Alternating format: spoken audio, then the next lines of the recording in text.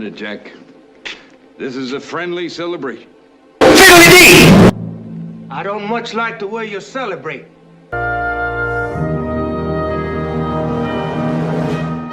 I pledge allegiance to the flag of the United States of America and to the republic for which it stands, one nation, under God, indivisible, with liberty and justice for all.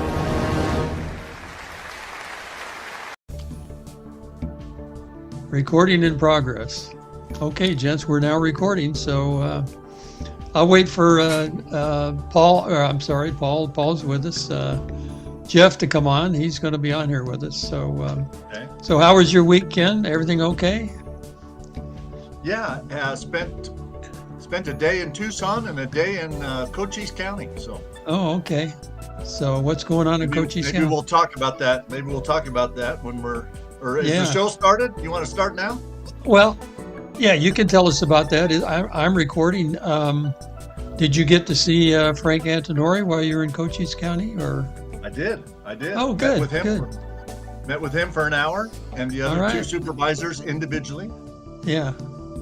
Well, yeah, we know. Go ahead. No, I was saying we know the other supervisor. One of the other supervisors.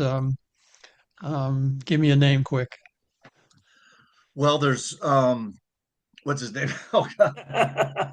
I know. Welcome to the old people's hour. Tom Crosby. Yeah, Tom Crosby. We met when we came up to Phoenix when you invited Patty and I up to the electors meeting. So Tom used to be a district head. Yeah, that's been a real controversy in Cochise because a couple years ago, Tom and another person on the board at that time withheld Cochise County's election canvas or certification. It's called a canvas. 2020, wasn't it? Because of their frustrations with how Maricopa County had been done incorrectly in their opinion. So they withheld their own county's certification from the Secretary of State as kind of a protest, but they ended up being sued by the Secretary of State and I think the Attorney General on behalf of the Secretary, or maybe separately. And so, I think he was sued in his capacity as supervisor, but also personally for withholding the county's canvas. So I went down there with a Democrat friend of mine. I have a few of those. And we have an idea to help Cochise County make their elections more transparent so they can feel good about telling the public that the election was done correctly. And here's the proof of how it was done. Good. Did Frank tell you all about how mad he is at the state attorney general and taking the water away from Cochise County? He didn't talk about that specifically. We spent our full hour talking about elections, but yeah. By the way, you guys are going to have to watch me eat my DQ Blizzard. Oh. My wife was on an errand a few minutes ago, came back with a DQ Blizzard for me. Oh, how great is that? And letting the DQ Blizzard melt into is a waste of good. You can't do that. Good sugar. Yeah. So, well, I love their dip cone. I love their dip cones. Those are good too, but I'm tasting Oreo cookies, cookie dough, and Reese's peanut butter cup. So, oh wow, you got it all. Maybe they'll be our first sponsor. You'll be lifting you out of that chair in a minute. So, welcome, Jeff. Hey, Jeff. Good to see everybody.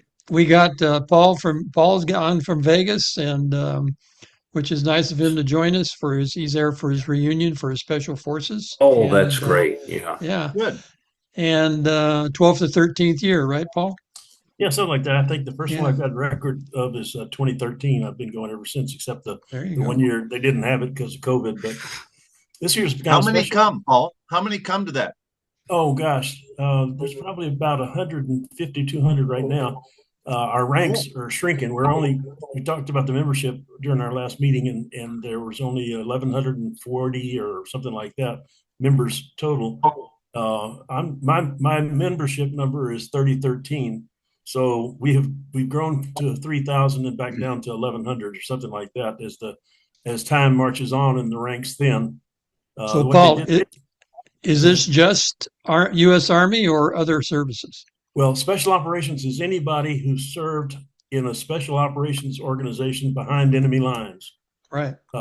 Because we're having a joint meeting this year with what's called the Special Forces Association. Yeah. And the Special Forces Association is for anybody who's been through Special Forces training, but hasn't necessarily served behind enemy lines in combat.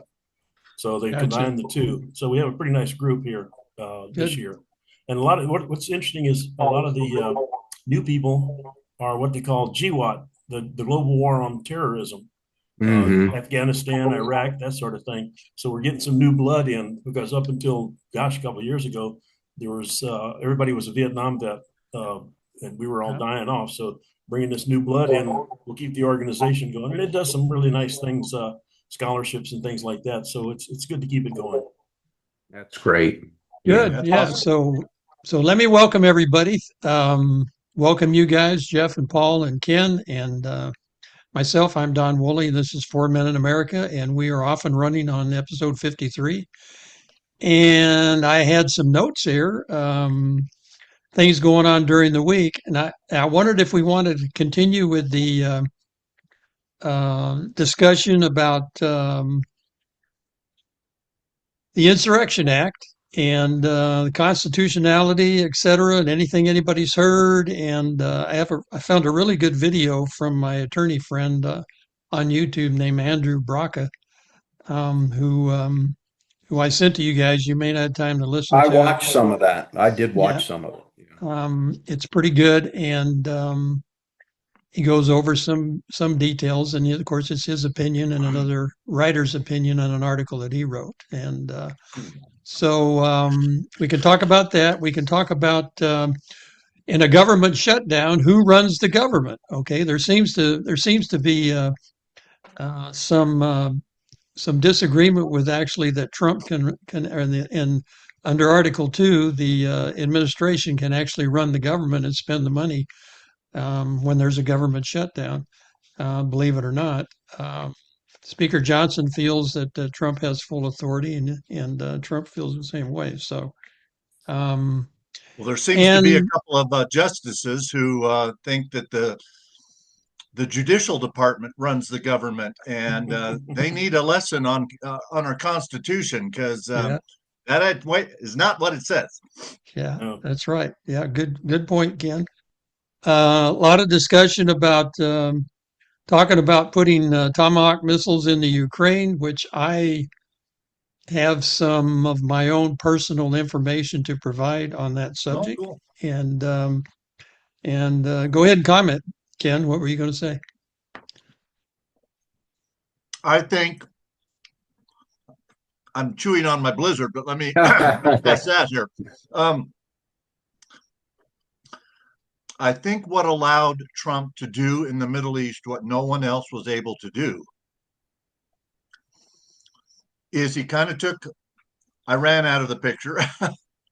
Yeah, exactly. And he let Israel do enough of what they were kind of doing on their own, to the point where Hamas and Israel, for different reasons, were at a point where Trump could say, I'm not going to support you on this, but I'm going to support you on that, and vice versa. And he kind of created a scenario where both sides had to say, okay, I'm going to have to give up some stuff, and I'm going to get something. Now, I think Israel's going to get a lot more than Hamas is going to get, fortunately, because Hamas doesn't deserve squat. But basically what I think they got was, we're going to stop killing each other, and the people of Gaza deserve that. And so I think what allowed Trump to get to where he got on Israel and Hamas was kind of a balance where both sides had to give and get. Yeah. And right now, I don't think Russia is at that point in the Ukraine conflict, But if Russia had Tomahawk missiles and was, or if the Ukraine had Tomahawk missiles and was kind of doing to Russia what Russia's doing to Ukraine, it might get them to that balance where both sides can say, "Hey, the better thing after all is just let's call a truce." Now, Trump talked to Putin this morning, right? I heard that.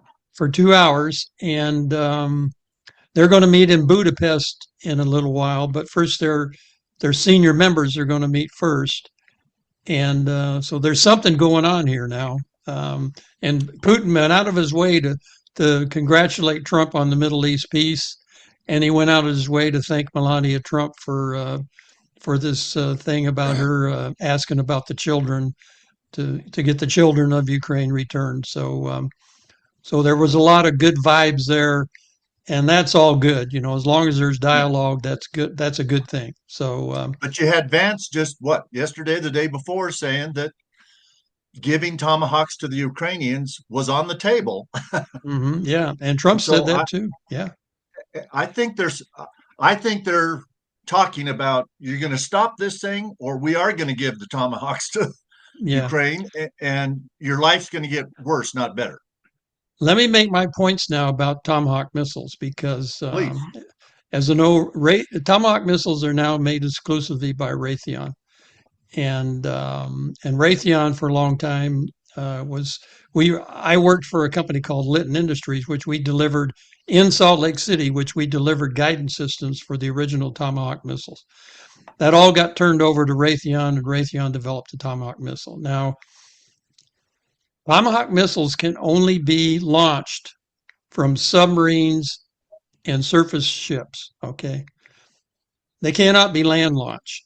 There are things in the works to develop land launchers, but they are not fully tested and developed yet.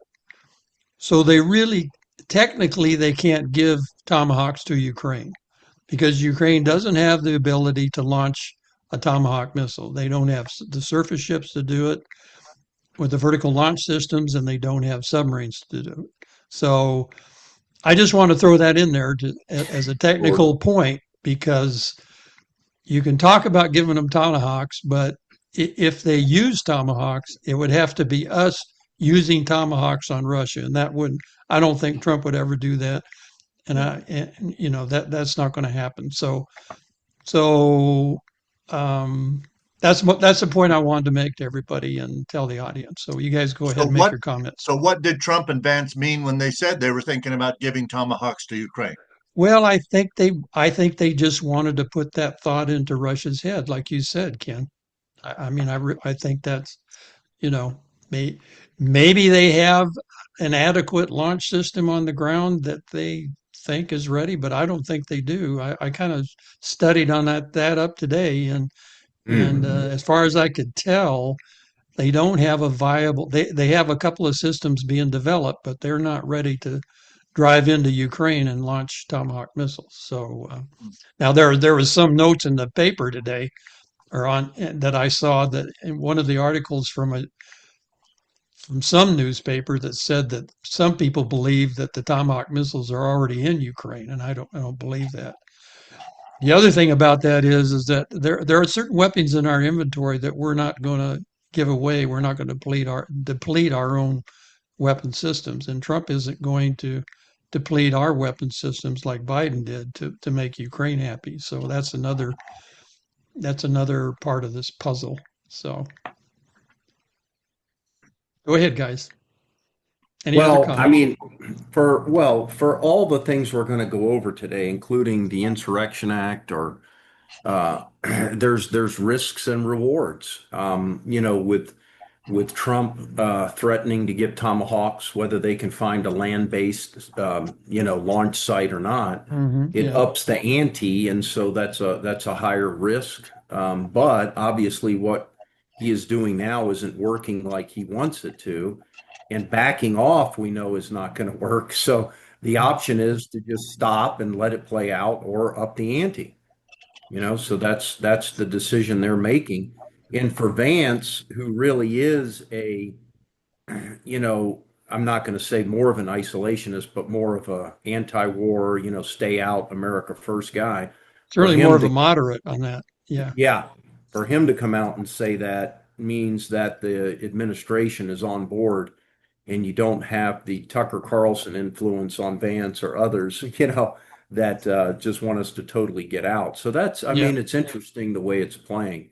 I think history teaches us that the only way to deal with the Irans and the Russians and the Putins of the world is to be a powerful force. Yeah. That's what it tells us. Time will tell if that's correct here. Right. Or not. It's another good example of the art of the deal, right? Yeah, and I wanted to mention that with Trump. I really think, here's the thing. I think Trump, and I do have criticisms of him, as you've heard in the last few weeks, but I think he's the best negotiating president we've ever had.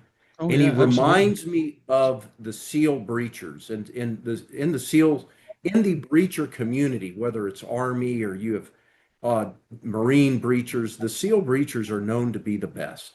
And the reason they're known to be the best is they are taught that any obstacle you can get through it, around it, under it, above it, whatever it is, you can make it happen. And so when they go through, and I haven't been through breacher school, but I know some guys who actually taught it. And, if they have an obstacle, you don't go back and say, we can't get through.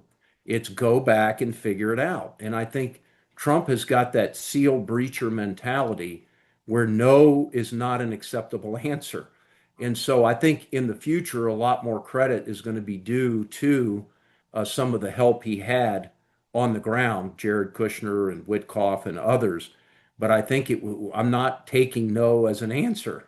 We've got to be able to do this. But I also agree what you said. He had to kind of set the table with taking out Iran's ability and nuclear weapons and basically neutering Hezbollah, bringing Hamas to heel.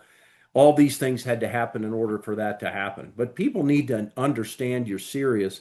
And the thing that I don't understand, even after all the experience we've had as a nation over the last 25 years, is to learn that all people do not think like us. They are not, in the Middle East, it is not about, we're going to do the right thing and give and take. It is about power. That's it. Yeah. And if you show you have the power and you can have the carrot of the stick and there really is no option, all of a sudden, they will know which way to go. And otherwise, it's not going to happen. And I think Trump is really, he's a worldly thinker. I think he understands that people and countries are different than us, and we shouldn't try to make them, into us, into our, into the way we do things and the way we think. I don't think Trump's into that. I think he's just into getting along with other countries and trading with them and making each other prosperous and be happy with that, right? So yeah, I think he's of the mentality. He doesn't understand the Putin types. He's like, why wouldn't you want to become rich? Let's trade. And they did talk about trade this morning. They had a big talk about trade this morning. So they're talking about that. Yeah. He's trying to understand, why would you want to kill, your entire blossoming, flowering male population that could make you rich for a couple 100 miles into Ukraine? Mm-hmm. What are you thinking? He doesn't get that. And then Putin, I think he probably understands Trump more than vice versa on this. I really do.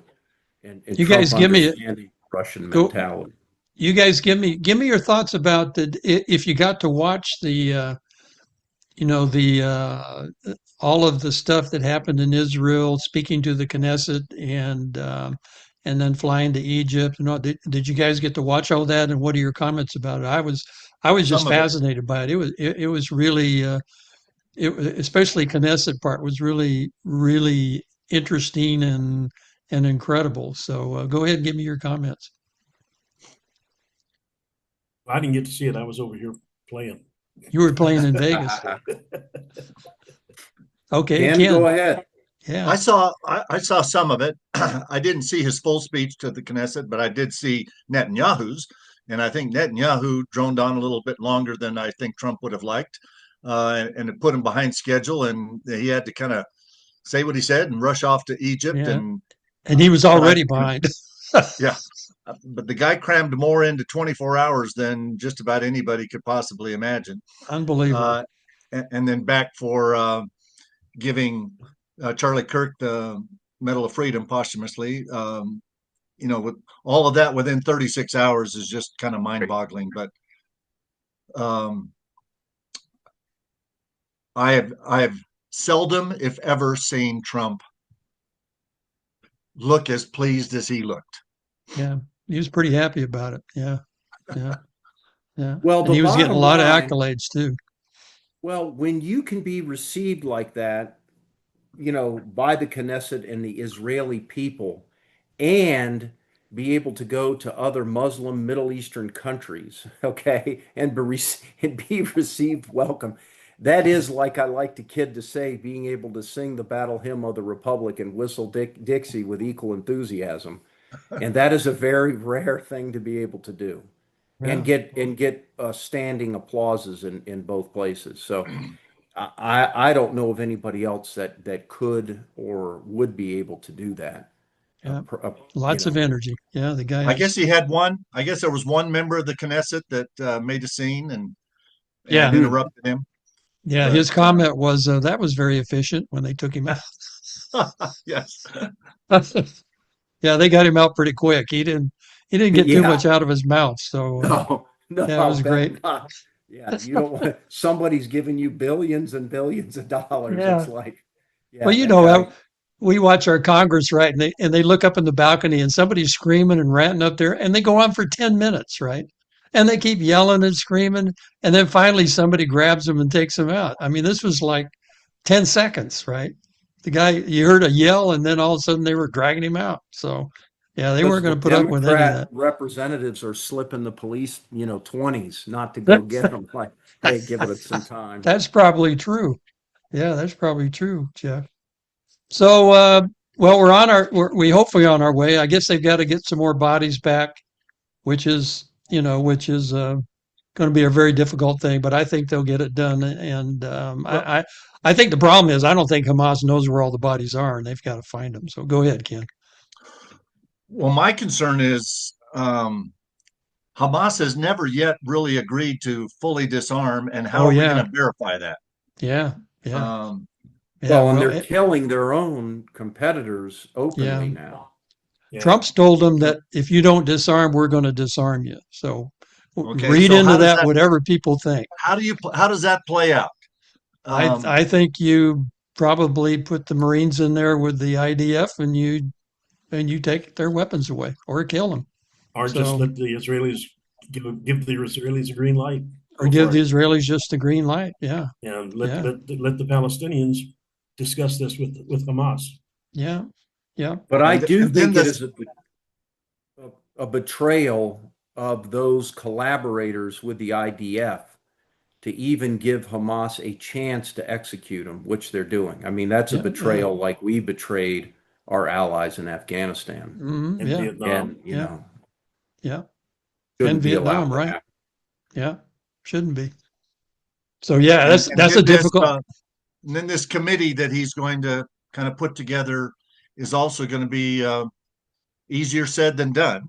I have confidence that he'll get it done, but there's still some very important steps that have to be done, and it's going to be interesting to watch that play out. And I'm not confident that Hamas is going to voluntarily do anything.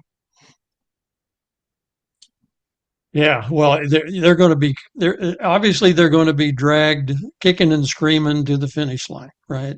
So, and you would think that the Arab countries that have bought into all this and the Muslim countries would be putting a lot of pressure on them to get this done. How are they going to do that though? I don't know. I mean, do they control their money? Do they? I guess not supporting their weapons and not giving them money and not giving them transportation and not, just cutting off everything. So Don, you're giving these other Muslim countries a mantle of Credibility. Credibility and honesty. Yeah, and they hate true. the Jews as much as Hamas does. And yeah. And as we are all aware, the purpose of Islam is world conquest. And you don't conquer the world by disarming your friends. That's the part of that I find pretty hard to believe. So I think that's going to be very hard to do. Strengthen Israel and maybe economically, but when you think about what's going on in the Middle East and all those countries, it's going to be hard to find a moderate leader who can stay in power, who will hold the fanatics back. That's the part that's got me kind of scared. Yeah, like I said, kicking and screaming. It's not going to be an easy thing. I totally agree. If it was with only you. kicking and screaming, I think it's going to be shooting and shooting and killing. Yeah, probably. yeah, yeah. That's probably part of it.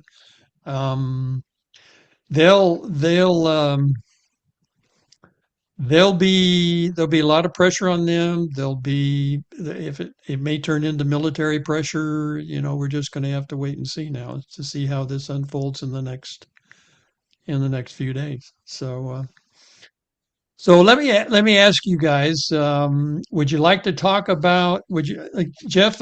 You wrote me an email. You wanted to mention about the SCOTUS and some of the civil rights.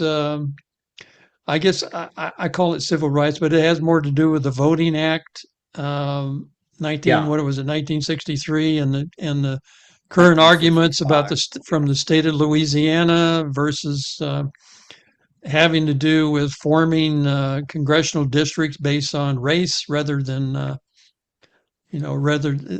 guess it's strictly based on race. They put together a bunch of almost totally black districts in Louisiana and Texas. It would take the whole hour. I'm going to present on this at my meeting next Wednesday or Tuesday. Oh no, it's next Tuesday. Yeah.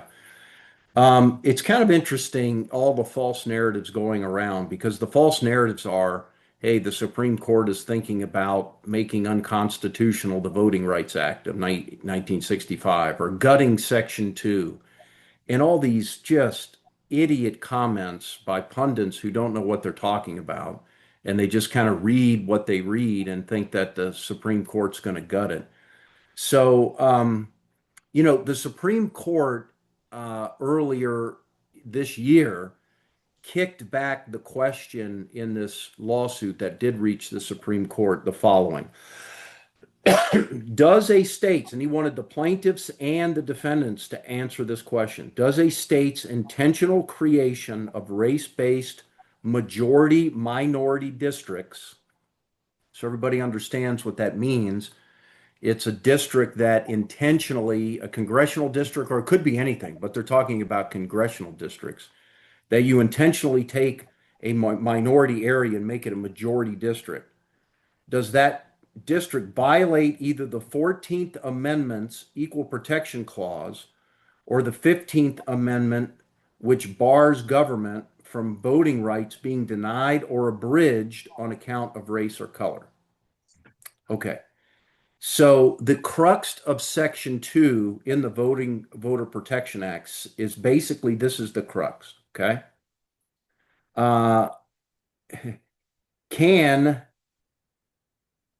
Section 2, you cannot purposefully discriminate on the basis of race, color, or membership in a language minority group. Okay, that's the crux of Section 2, that you cannot purposefully discriminate on the basis of race, color, or membership in a language minority group. Now, Jeff, so the potential discrimination that would invalidate these majority-minority districts being intentionally created is that you're basically discriminating against the whites or the right. Any other color. You're basically in anyone that you're not putting in the majority, you're discriminating against them. Right. So, excuse me. So here's the point. The point was the law itself did not say it was okay to get majority-minority districts. Right. The court interpreted the law to say that.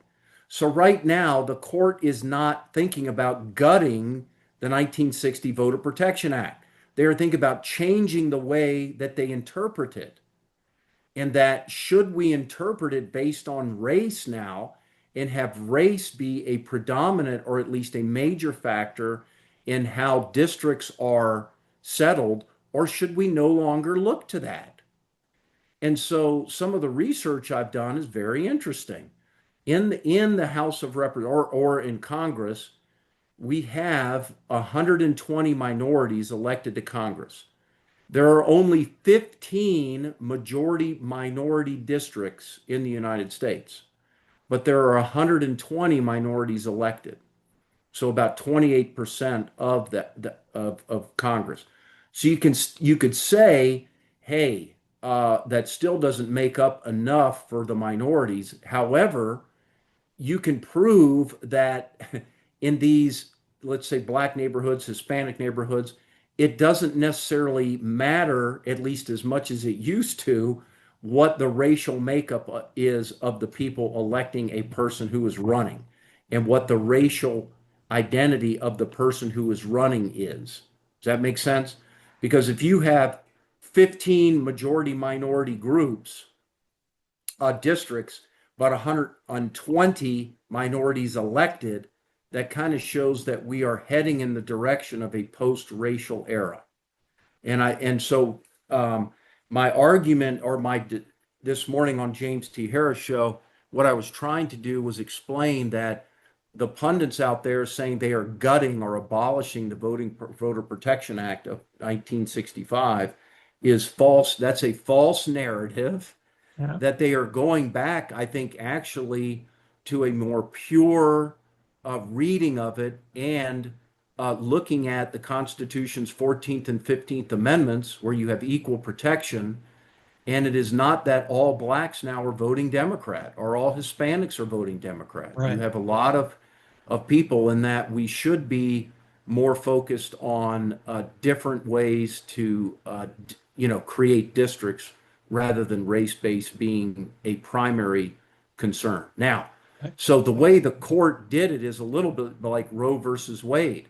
When you look, they try to make the law by saying, well, if a fetus is this old, and do all these things. So they've kind of gotten themselves into it by creating law out of nothing except for the seed of what the Voting Protection Act of 1965 was.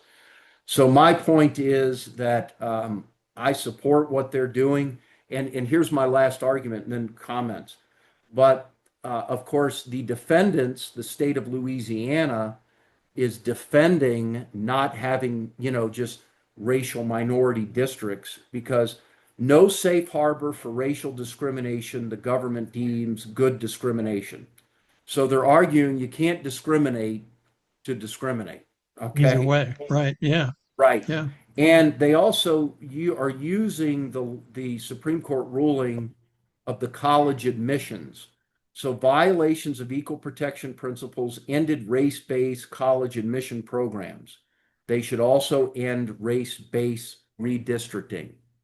And I agree 100% on that. Yeah. And I think we're beyond that point. I don't know of any white person I don't know of any white person in my circle of friends or acquaintances that wouldn't vote for a Black person just based on race. Period. Yeah. I don't know of one person in that category. I don't either. Yeah, that's a good point. And so we're beyond that. It's amazing how it's. I used to know some people like that. But I agree with you. It's a generation that's pretty much gone. Yeah. So Ken, there is a Black congressman from Utah that used to be a University of Utah football player, right? I think there is, yeah. Can't think of his name right now. And there are no Black districts in the state of Utah. No. And previously there was a Black woman, congresswoman from Utah. She was Yeah, I remember real her up too. and coming. Yeah. Yeah, I, she th- was really I think that's dynamic. the And same district that, yeah, Mia Love, right? yeah, Wasn't that her name? that's right. Yeah. Yeah. She came to odds. She somehow she's got had a fallout with Trump. She didn't like Trump, and Trump wouldn't endorse her. And I think this other guy, and I can't remember his name. He was a Utah football player, and he played for NFL football for the 49ers. And he's a congressman now. And I'm Okay. sorry, I can't think of his name. But I'll anyway, yeah, research it real quickly. yeah, One of the things that's always puzzled me, and I can remember seeing a district that went down a river somewhere, and it might have been Louisiana, it might have been Alabama, I'm not sure, but a southern state. But in order for justice and fairness, they made this congressional district that ran on both sides of this river, about 500 feet on either side of the river banks, because the whole river was black fishermen, or it was a black colony, and they did it to make a black district so that they would please the NAACP or whoever. And I'm just wondering, when I look at my district, congressional district 6, it wallers from southern Tucson down into kind of into Green Valley, but not completely into Green Valley, and kind of over to Arivaca, and then all the way into Santa Cruz and over to Cochise and up into Greenlee and Graham. I mean, it's one of the larger landmass area congressional districts, but I've just never quite fully understood the how districts are formed and what the rationale was for doing that. But I agree with what you're saying, Jeff. We are post-racial. I think we were darn near post-racial till Obama got elected. I agree. Yeah. yeah. And then we got racial again, and then we got all the communists coming in and just stirring the pot, making everybody unhappy to try to destroy our republic. And of course, there's one other question that we have to face. Well, we don't have to face it, but it should be faced. Is the Constitution says we're supposed to have one representative for every 30,000 people, and right now we have one representative for every 750,000 people. And Well, I think that was a minimum. well, it was. Yeah. It was at least. You're right. It was at least 30,000 people, and except for like Rhode Island, and everybody got one representative. Yeah. But the problem is we're not well represented, as far as I can tell. Nancy Pelosi, for instance, has 950,000 constituents. How often does one of them get to, sit down with her and say, "Here's my problem"? I mean, The problem, Paul, though, if we had it, let's say we did go back down to 30,000 people, it would be such a huge, it would be an unwieldy body. That 11. There'd be 11,000 people in Congress. And Okay. one, I don't want to pay for that many. Two, Can you imagine? Yeah, how long it'd take them to take them? Well, you could do it like we're doing here, electronically. You can have your committee meetings on Zoom. You can have your votes on Zoom. Yeah. Anyway, the bottom line I'm just saying is we're not truly represented anymore. Yeah. It's I thought that every district in the country had to have the same population. Supposed to. Well, it's generally, yeah. That's the target. Yeah. But it's still 750,000 people. Yeah. I thought Arizona was like less than 200, like 160 or 180 or something like that for each district. Arizona's 7.5 million people divided by 9 districts, so it's going to be about 750 to 800,000. Okay. Yeah. The legislative districts. Yeah. There's 30 legislative districts, and so State those districts. get into about the 250,000 range. Right. I'm thinking of state districts, not national and districts. It's Burgess Owens is who you Burgess Owens. Yeah, Burgess Owens. Exactly. Yeah. And he's been a pretty good representative and is a pretty good legislator too. So, yeah. So, Don, I do think we ought to get into the Insurrection Act as well. Yeah, I agree. And let's do that. And I want to throw some stats out here to you guys. And I'm sure Jeff is very familiar with this. Number one, I want to state that I've listened to several people, and And according to them, their opinion, several legal eagles, we're talking about USC 10252, I think it is, the Insurrection Act. They said there is no 10th Amendment protection for states if Trump invokes the Insurrection Act.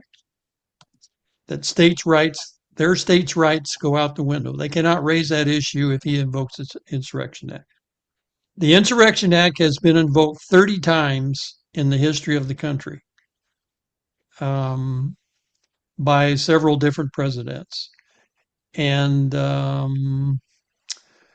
some of the ones that invoked it were Washington, Jackson, Grant, Grover Cleveland, Eisenhower, Kennedy, Bush 41, all used the Insurrection Act. And that's all the stats I have on it. So you guys go ahead and proceed with your comments.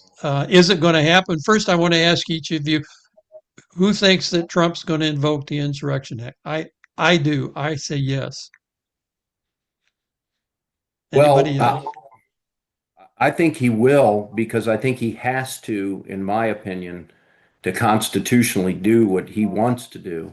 Yeah. But I mean, I have, again, I could, if we have time, we should probably read part of the 29th Federalist, Hamilton's argument. We go through this. If you read the Federalist and Anti-Federalist papers, the Anti-Federalist had a point in some of these things. And in watching your friend's video, Don, it does scare me a little bit, that guy, I'll be honest with you, because he's like the great and powerful Trump, and he's great and powerful. He's going to I love it. I like his rants. He has really good rants. Well, enjoyable rants. Yeah. Look, I understand. I take it with a grain of salt. I know what you're saying. Yeah. I mean, so, look, some of the questions are when the legislative branch is not doing its duty. Let's say, with the government shutdown, it's passing continual resolutions to keep the government open. It's not passing a budget, right? Right. In this case, it doesn't get involved in just a ton of different issues with clarifying immigration law, what the powers of the president are, et cetera, et cetera. So when the legislative branch isn't stepping up, who takes those powers? And right now, there's a arm wrestle between the executive and judicial branches, but I blame the legislative branch for that. So what's happening with the Insurrection Act is Trump can absolutely invoke that, and he should if he wants to do what he wants to do. But if you read Federalist 29, Hamilton mocks the Anti-Federalists. Well, I'll even read part of it to you, so it's just not me. He says, he calls them crazy, the Anti-Federalists, because of their exaggerated and improbable suggestions which have taken place respecting the power of calling for the services of the militia. That of New Hampshire is to be marched into Georgia, of Georgia to New Hampshire, of New York to Kentucky, and of Kentucky to Lake Champlain. Okay, so he's talking about the ridiculousness of this to placate the Anti-Federalist and kind of mock them, and yet we see it being done, and not just in Trump's time and other times. But so what I'm saying is, we just like giving arms to Ukraine, we have to understand the risks, and we have to make sure it's an existential threat. And for instance, James T. Harris does believe that we are on the cusp of possibly a civil war or the collapse of the United States, because we are not reining in the Antifas and those not willing to go by federal law. And maybe it's going to be easier now than later to go ahead and just pull up those roots and assert executive power and privilege. But we've also got to understand whatever we let out of the gate can also be used to take our freedoms away. And so we just need to be doing this eyes wide open. it is very true that if federal law can't be executed on local municipalities, there's a problem. But I also think if Trump and his advisors were more steeped in the Constitution, they could get what they wanted to and just take a different path without getting people like me to, stand up and say, hey, there's evidence that this is the way we were actually not supposed to go. Instead of just going, I'm great, the great Trump powerful. It's like, come on, buddy. All right. He really lost me there, Don, to be honest with you. Okay. Let me play some of him for the other guys and let me know if can you guys see the screen share? Yes. Yes. Okay, let me see if let me know if you hear this.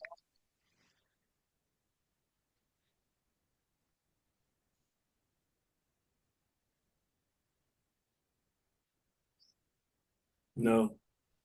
Not yet.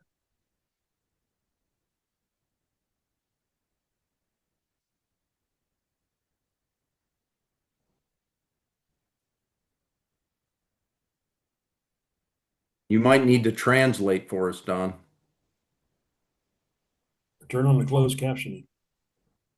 Yeah, he's talking about too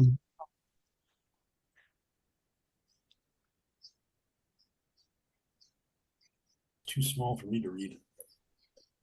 Still don't hear anything. Okay.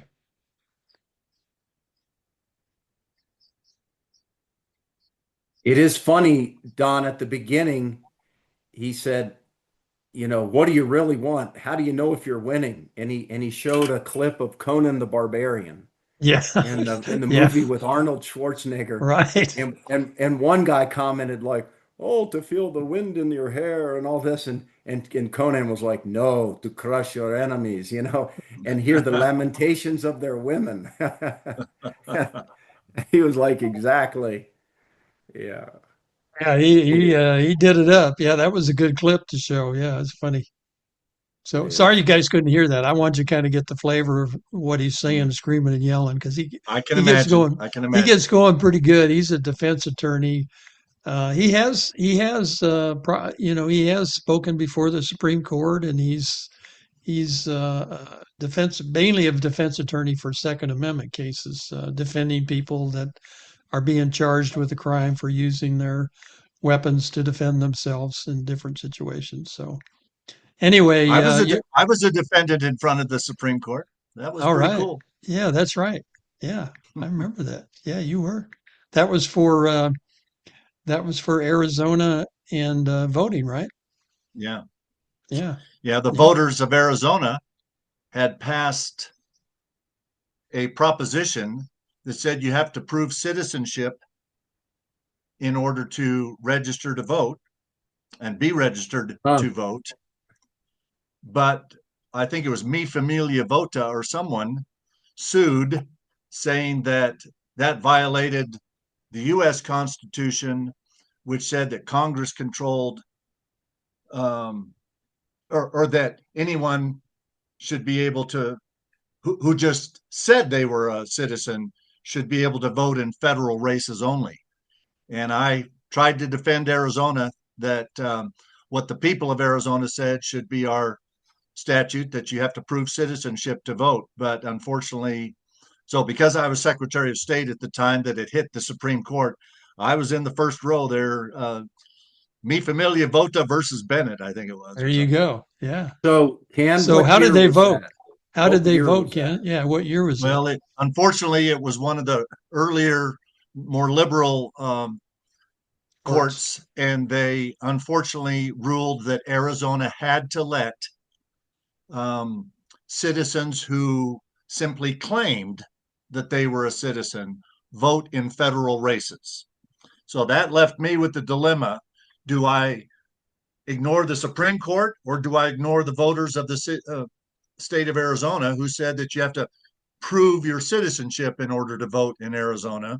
Right. And so the only way I could balance both of those competing against each other was that I was the one that came up with what they now call the bifurcated system.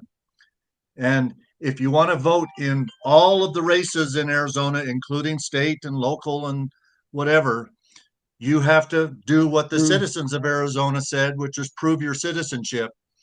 But if you register to only vote in the federal elections,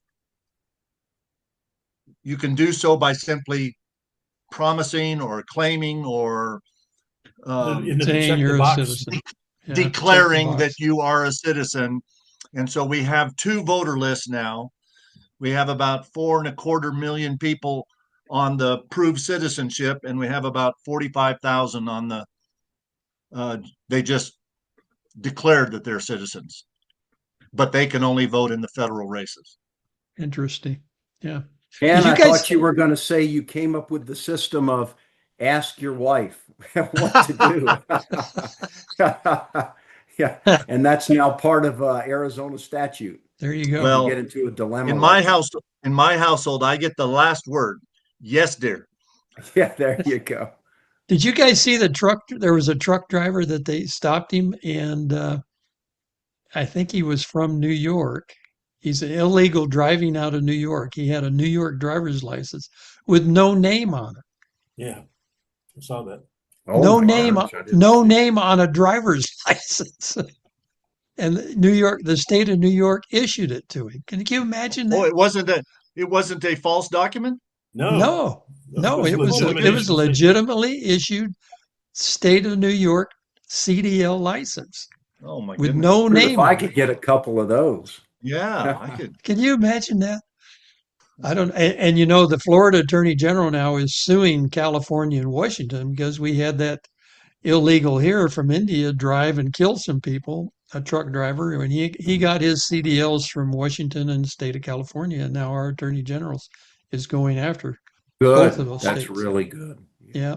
So, so any other comments about the Insurrection Act from you other guys? Anything you want to say about it? I think Trump will eventually declare it, and like Jeff said, in order to do what he wants to do, I think he's going to come to a conclusion, right or wrong. And I kind of lean towards Jeff. I don't think it's the best use of that, but I think that's what he will feel is necessary to do what he wants to do.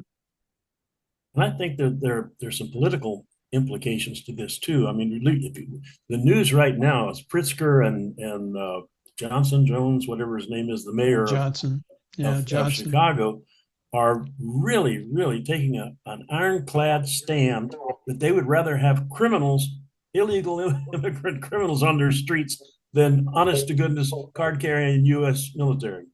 And that's got to come back and bite them somehow. I just can't believe people are going to sit there and say, wait a minute, my son was killed, my daughter was raped, but thank God we got those National Guardsmen off the street, Yeah. I saw the one of the police chiefs, or the head, maybe he was the head of the state police. He says we can't arrest federal officers. He says forget it. That ain't going to happen. He says we can't stop them from doing their jobs, no matter what Johnson or Pritzker or anybody says. They're not going to do that. So they can get on TV and do all their talking all the smack they want to talk, but it's not going to happen. But yeah, I agree. But I think he's going to invoke it too. I think he'll invoke it, but what I think he ought to do, I mean, look, this is a chess game. This is judo. Sure. I would say if you're an illegal alien in this country and don't want to be deported, we are coming to every city except for Chicago and Portland. Yeah. And you have 48 hours to get there because we're going to every other place. And so Chicago and Portland, open up your ports, of entry, and then just go there and let them deal with it. And everybody else, isolate them off, and you got what you want. And the big reason I think he's going to invoke it, guys, is because this is his way of going after all of the sanctuary cities in the country. Okay. That's why he's going to do it. It's not just for a couple or three. It's to flush all the sanctuary cities. Now, maybe he'll scare him into doing the right thing. I don't know, but I think that's why he'll invoke it. So that's just my opinion. I just think there's lower hanging fruit in red states that have blue cities that you get the governor's approval, that you come in and clean it up. Yeah. And you show the American people a scorecard of 6 and 0. before you have a constitutional crisis. And it's kind of like a football team. You don't want to play, the Nittany Lions coming out day one, okay, or whoever's ranked 1. You have a couple play NAU, some of these second tier. Well, the Nittany Lions, it's not the Nittany Lions this year, Jeff. They just fired their coach because they lost about 4 games in a row. They fired their coach. Ohio State. Ohio State Buckeyes. Yeah, there you go. Yeah. Oh, right, they're so still the Buckeyes used to be Alabama, one of those teams, so. Yeah, you're right. Yeah, I get you. I just think it's strategy. I just think that's exactly what they've done in Memphis. Memphis have got a Democrat mayor, but Tennessee is a red state, right? And they're working with him, and they're cleaning it out. And they claim in 2 weeks it's completely changed in Memphis already. 20 of those. Yeah. 30 of those. Yeah. Yeah. And DC, of course, they've done that in DC with a Democrat mayor. So, that's a good point. I think I think all these things come together. All this is part of the minutia that's going on that Trump is doing. I don't think any of these things are by accident. I think overall, I give, look, I'm very supportive, but I do think we need contextually to look at history, the founders' intent, what the Federalist Papers say. But I know we've only got a short period left. I did want to bring up, I don't know if we're off with this, but I wanted to bring up one other thing, Don. Go ahead, that Jeff. I think is really important to bring up. Like, I haven't seen this in the news, and I wouldn't have heard about it. But the My Pillow guy, Mike Lindell, apparently is being threatened to lose his whole business because he came out, and I have not read the complaint against him or the defense, but because he came out and suggested that the 2020 elections were rigged, and so the Department of Justice is after him and has been since the Biden administration, and he's about to lose his whole business. And I think one of the things that I think that's because I don't think the Trump Justice Department is still coming after him, Jeff. Yeah. I think he made some statements about some of the election machine companies. Yeah. Okay. Yeah, Dominion. Dominion. Okay. All right. And they are suing him for defamation. And just like they got $750 million out of ABC or somebody, MSNBC, somebody. Gotcha. Okay. All right. I think it's defamation against some of the election companies. He's got to be careful what he says there. Yeah. So I didn't know the details. That's why I'm bringing that up. So if that's the case, and it's not just if it's not just a narrow free speech issue, Dominion's been really upset ever since they were accused of shenanigans since 2020, right? And they won a $750 million settlement, which was paid, and then they sold the company. There's a new owner of Dominion. Okay. Who may be turning it around and really try to reestablish some credibility that they lost. You mean like take the internet connections out? Right. That would be a good way to do Boy, if I could make $1 billion by just pulling the plug, that'd be a pretty good investment right there. So any other final comments, anybody, about anything? Please. Well, I will say go ahead. I'm here in Las Vegas at the Special Operations Association reunion. And how are the crowds there, Paul? Is it busy? Well, it's pretty busy. We haven't been outside the hotel except to go drop something off in the car. We don't go down into the strip or anything like that. The hotel has everything you need really here. It's pretty well self-contained. But what I wanted to say is it's pretty impressive to be seeing these guys. They're now 50 plus years after the war and still pretty patriotic. And they're bringing in finally bringing in the younger people, the GWOT, the Global War on Terrorism, Afghan, Iraq, and those guys that are doing. We had a nice presentation just before I came up here for this about the commandos of Afghanistan and how they were training.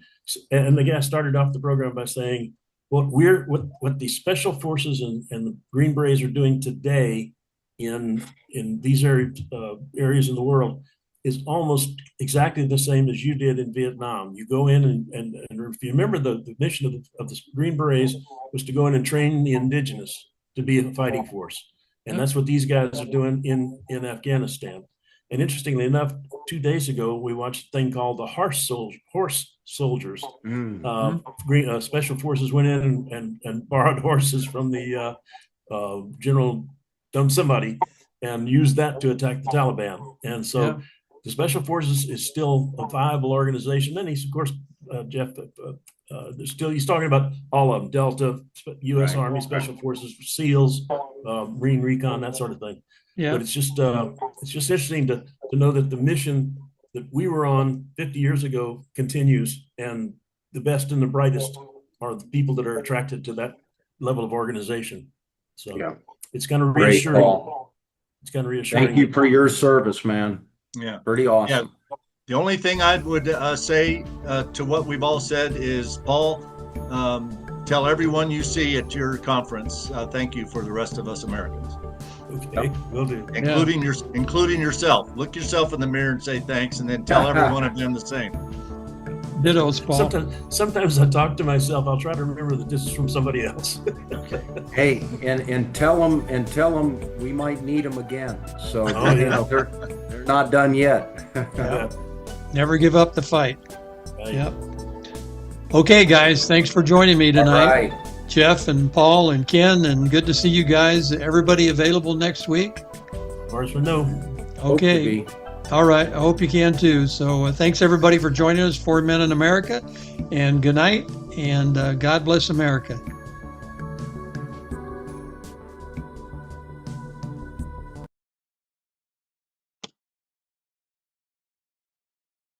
If you want to change the world, start off by making your bed. If you make your bed every morning, you will have accomplished the first task of the day. It will give you a small sense of pride, and it will encourage you to do another task, and another, and another. And by the end of the day, that one task completed will have turned into many tasks completed. Making your bed will also reinforce the fact that the little things in life matter. If you can't do the little things right, you'll never be able to do the big things right. And if by chance you have a miserable day, you will come home to a bed that is made, that you made. And a made bed gives you encouragement that tomorrow will be better.